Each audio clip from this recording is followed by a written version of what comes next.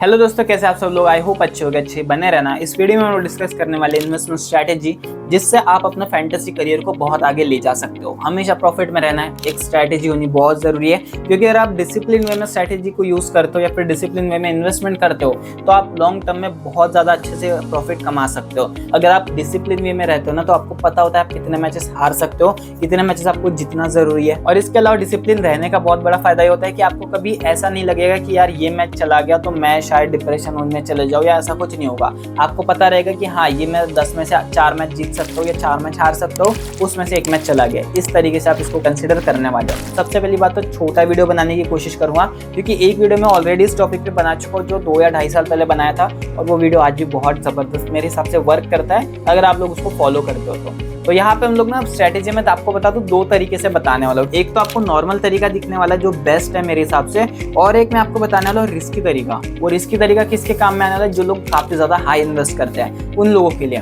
तो सबसे पहले नॉर्मल तरीका आपको बताऊंगा। तो नॉर्मल तरीके में सिंपल है कि अगर तुम लोग 3-4 मेंबर्स खेलते हो, ठीक है, सबसे पहले बात तो तुम्हारी टीम ऐसी होनी चाहिए कि तुम 3-4 मेंबर्स खेल सको। अब तुम्हारी टीम अगर आप मान के चलो कि पूरी हेड टू हेड वाली टीम बना के चल रहे हो और 3-4 मेंबर्स में जा रहे हो तो हो सकता है 10 में से एक मैच या 2 मैच जीतो, है ना। लेकिन अगर आप 3-4 मेंबर्स खेल रहे हो ना तो उसकी टीम उस तरीके से बनाओ, 1 या 2 रिस्क लो। अगर मेरी टीम से खेलते हो, मैं पर्सनली 3-4 मेंबर्स खेलता हूँ। मेरे अलावा और भी मुझे काफी सारे यूट्यूबर्स पता है जो 3-4 मेंबर्स ही प्रीफर करते हैं और खेलते भी है डेली बेसिस पे। या उनकी टीम से खेल लो, किसकी भी टीम से खेलो या खुद की टीम बना लो, लेकिन 3-4 मेंबर्स खेलना स्टार्ट करो। उसका रीजन क्या आपको बताता हूँ मैं। देखो, सबसे पहले इंपॉर्टेंट चीज ये है कि मैं कंसिडर करके चलता हूँ कि अगर किसी नॉर्मल इंसान का विनिंग रेशियो देखना है तो नॉर्मल इंसान का विनिंग रेशियो कितना हो सकता है? एट मैक्स 60%, या फिर अगर वो थोड़ा बहुत रिस्की खेलता होगा तो उसके हिसाब से 50% या 40% तक के।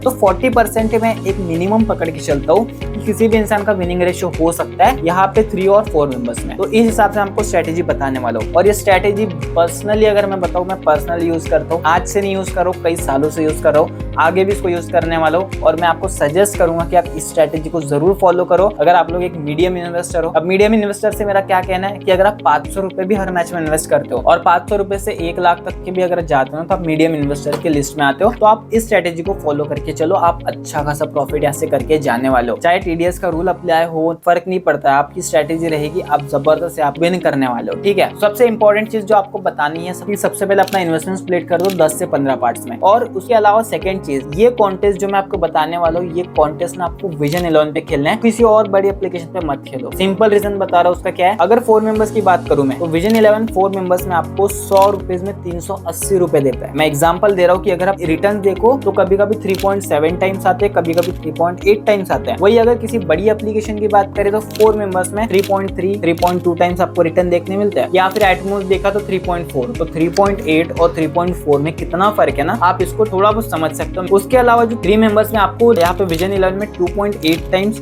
या फिर 2.89, मेरे हिसाब से कोई कॉन्टेस्ट है इसमें 2.89 टाइम्स भी मिलता है। तो 2.8 एक एवरेज समझ के चलो कि 2.8 टाइम्स तो आपको डेफिनेटली यहाँ पे प्रॉफिट देखने को मिलता है, या फिर रिटर्न्स देखने मिलते हैं। लेकिन वही अगर कोई बड़ी एप्लीकेशंस की बात करें तो वहां पे आपको 2.4 या 2.5 टाइम्स के ऊपर नहीं मिलता है। इस वजह से विजन 11 पे खेलो। इसका लिंक वगैरह आपको टेलीग्राम चैनल में मिल जाएगा, जिसका लिंक डिस्क्रिप्शन बॉक्स में मिलेगा, या फिर पिन कमेंट में भी देख सकते हो। बाकी दोस्तों यहाँ पे मैं आपको बता दूं किस तरीके से आपको डिजाइन करना है, आपका कैपिटल है उसको किस तरीके से स्ट्रक्चर करना है, किस तरीके से डिजाइन करना है, वो मैं आपको बताता हूँ। तो सबसे पहले इंपॉर्टेंट चीज जो आपके ध्यान में रहनी चाहिए ना, वो ये होती है कि आपको आपका इन्वेस्टमेंट प्लान इस तरीके से बनाना है कि आपको एक मैच के रिटर्न में मिनिमम 3.3 टाइम्स या फिर 3.4 टाइम्स आपको प्रॉफिट मिले। 3.2 टाइम्स मिलेगा तो भी आपको चलेगा, 3.2 से लेके 3.4 टाइम्स तक की अगर आपको प्रॉफिट मिल जाता है ना तो ये बेहतरीन स्ट्रेटेजी है, ठीक है। आपको ज्यादा रिस्क लेने की जरूरत नहीं है उसके लिए। अगर मैं आपको उसके लिए एक प्राइम एग्जांपल बता दूं ना, तो एक होता है 422 वाला कॉन्टेस्ट जो 3 मेंबर्स होता है, एक होता है 475 वाला कॉन्टेस्ट जो 4 मेंबर्स होता है। तो अगर 422 के 2 और 475 का एक कॉन्टेस्ट अगर आप खेलते हो, यानी 1300 रुपए ये लग जाते हैं, और इसमें रिटर्न अगर देखो तो 4200 आते हैं। ये 3.2 3.3 टाइम्स तक चले जाता है। ये तो बस एक एग्जांपल है। आप अलग अलग कॉन्टेस्ट के अगर आप देखो ना तो कमीशन को कंपेयर करके या रिटर्न्स को कंपेयर करके अपने हिसाब से, अपने बजट के हिसाब से आप थोड़ा बहुत स्ट्रक्चर करना आपके लिए बहुत हेल्पफुल रहने वाला है, जिसमें आपके 3 मेंबर्स भी होने चाहिए और 4 मेंबर्स भी होने चाहिए। इसका रीजन क्या है यार, देखो सिर्फ 4 मेंबर्स खेलते हैं तो बहुत रिस्की हो जाता है। वो ऑल्दो 3.7 3.8 टाइम्स देते हैं, लेकिन काफी रिस्की हो जाता है। अगर आप उतना रिस्क अफोर्ड कर सकते हो तो बिल्कुल खेलो, उसमें कोई प्रॉब्लम नहीं है। सेम स्ट्रेटेजी, सेम जो चीज मैं आपको बताने वाला हूँ इस स्ट्रेटेजी में अप्लाई होती है, वो स्ट्रेटेजी में भी अप्लाई होगी कि अगर आप सिर्फ 4 मेंबर्स खेलते हो ना तो आपको उसमें भी ज्यादा कुछ अलग चेंज नहीं रहेगा, क्योंकि इसमें आपको 3.3 टाइम्स प्रॉफिट मिलता है और उसमें आपको 3.7 या 3.8 टाइम्स प्रॉफिट मिलता है, तो बहुत ज्यादा चेंज नहीं होने वाला है इसमें। तो देखो एक चीज इंपॉर्टेंट, आप एग्जांपल समझ के चलना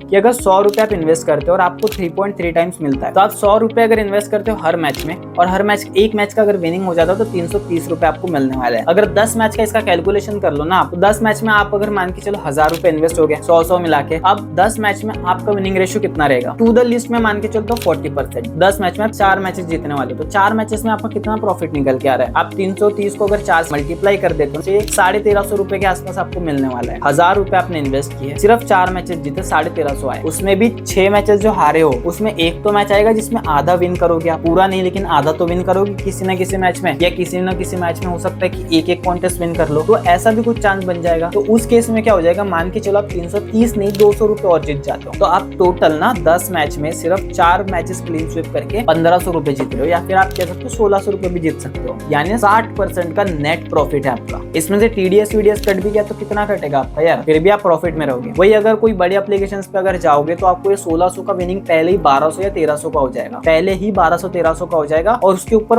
अलग से टीडीएस कटने वाला है। तो ये चीज समझ के चलना कि विजन 11 पे खेलो ऐसे कॉन्टेस्ट, अगर आप कंटिन्यू इन्वेस्टमेंट करते जाते हो तो आपको एक मैच में ऐसा लगेगा कि 3.4 3.8 में कितना फर्क है, लेकिन अगर लॉन्ग टर्म में जाते हो ना तो ये जो 0.4 का फर्क है ना बहुत लंबा चले जाता है। देख सकते हो क्लियर कट यहाँ 1200 और यहाँ 1600 में कितना ज्यादा फर्क है। तो इस वजह से मेरी अगर मान के चलना तो आप ऐसे कॉन्टेस्ट चूज करो जिसमें आपको ज्यादा रिस्क भी ना हो, और आपको 3.2 से 3.4 या फिर 3.5 तक के भी अगर चले जाता है तो आप खेल सकते हो। सेम चीज 4 मेंबर्स पे, अगर सिर्फ 4 मेंबर्स खेलना चाहते हो तो 3.7 या 3.7 पकड़ के चल लो, ठीक है। 3.7 अगर आप मान के चलते हो 100 रुपए पे 370 रुपए। सिमिलर 4 मैच अगर आप जीतते हो ना, 4 मैच में कितना हो जाएगा मेरे हिसाब से, वो भी 1600-1700 के आसपास हो जाने वाला है। उसमें भी अगर आप किसी मैच का आधा अगर ऐड कर लो तो वो चीज ना 1800 मतलब 1700 के आसपास तो डेफिनेटली जाने वाली है। तो ये चीज समझ के चलो कि दोनों स्ट्रेटेजीज में कुछ खास फर्क नहीं है, बस इसमें इतना सा ये है कि इसमें थोड़ा 100-150 रुपए अर्निंग कम होगा, लेकिन आपका रिस्क कम रहेगा। हो सकता है आप 10 में से 5 मैच जीत जाओ, 350 के हिसाब से 5 मैच निकल जाए आपके हाथ से। तो ये बस एक एग्जांपल है, ये चीज को समझ के आप स्ट्रेटेजी बनाओ। मेरा काम ये नहीं है कि मैं आपको एक कैलकुलेटर पे कैलकुलेशन करके बताऊं, मैंने आपको बेसिक बता दिया कि आपका इन्वेस्टमेंट का रिटर्न्स कितना डिजाइन होना चाहिए। 3.2 से 3.5 टाइम्स तक के अगर आप इन्वेस्टमेंट रिटर्न मिल जाता है आपको, तो आपका बहुत जबरदस्त से यहाँ पे ना स्ट्रेटेजी बन जाता है। 10 में से 4 मैच तो जीते जाओगे यार। किसी भी यूट्यूबर की टीम से खेलो जो 4 मेंबर्स या 3 मेंबर्स खेलता है, उसकी टीम 10 में से 4 या फिर 5 मैच इजीली आपको विन करवा के देगी। और जिस मैच में आप हार जाते हो उसमें टेंशन नहीं लेना यार। 3 मैच में या 4 मैच, मेरे हिसाब से 3 मैच कंटिन्यू लॉस है ना, एक मैच में जब आप यहाँ पे विन कर लोगे तो तीनों मैच का लॉस निकल के आ जाएगा। तो टेंशन बिल्कुल नहीं लेना है। जब आप लोग 3-4 मेंबर्स खेलते हो और एक रिस्की टीम, मतलब रिस्की क्या कहूँ मैं, स्लाइटली रिस्की कैलकुलेटेड सा रिस्क, जिसमें आपको पता है कि ये रिस्क क्यों लिया है, वो रिस्क अगर आप लेते हो ना तो आप बेहतरीन यहाँ पे प्रॉफिट में रह सकते हो इन अ लॉन्ग टर्म। अब जो यार देखो सेकंड स्ट्रेटेजी मैं आपको बताना चाहता हूँ ना, वो सेकंड स्ट्रेटेजी इतने कुछ काम की मुझे लगती नहीं है, लेकिन काफी बड़े बड़े इन्फ्लुएंसर्स को फॉलो कर रहे हैं या फिर कह सकते हो प्रमोट कर रहे हैं, तो मैं आपको बता देता हूँ। तो सेकंड स्ट्रेटेजी काफी लोग मार्टिंगेल स्ट्रेटेजी कहते हैं। ये स्ट्रेटेजी लोग ना 4 मेंबर्स और 3 मेंबर्स में अप्लाई करते हैं, ठीक है। क्या करते हैं पता है, आज समझ लो 100 रुपए के 4 मेंबर्स खेल रहे हैं। अब आज हार जाते हैं, कल 200 रुपए लगा देंगे, कल हार गए परसों 400 लगा देंगे, तब हारे तो 800 लगा देंगे, 800 के बाद 1600, 1600 के बाद 3200, 3200 के बाद 6400 और 6400 के बाद 12800, 25000, फिर 50000, 1 लाख, इस तरीके से। अब देखा जाए तो स्ट्रेटेजी कहीं ना कहीं अच्छी है, लेकिन इसका नुकसान ये है कि इसको छोटे इन्वेस्टर नहीं लगा सकते। अगर आपको इसको लगाना है तो आपके पास मिनिमम बजट होना ही चाहिए यार, काफी बड़ा। जो मिनिमम बजट भी है ना वो भी आपके पास 50,000 से 1 लाख तक का होना चाहिए, तब जाके आप लगा सकते हो। उसमें भी 50,000 और 1 लाख अगर आपके पास है तो आपको एक दिन में 100 रुपए लगाना है सिर्फ। तो ये चीज ध्यान रखना। तो वो स्ट्रेटेजी में बिल्कुल मत पड़ो। तो मीडियम इन्वेस्टर हो, स्मॉल इन्वेस्टर हो ना, इस स्ट्रेटेजी से खेलो जो मैंने आपको पहले बताई है। उसमें स्ट्रेटेजी अपना जो प्लान रहेगा तुम्हारा कॉन्टेस्ट वगैरह चूज करने का, वो तुम अपने हिसाब से चूज कर लेना। उसमें कोई ऐसी बात नहीं है कि आप मैंने जो कॉन्टेस्ट बताया वही कॉन्टेस्ट खेलो।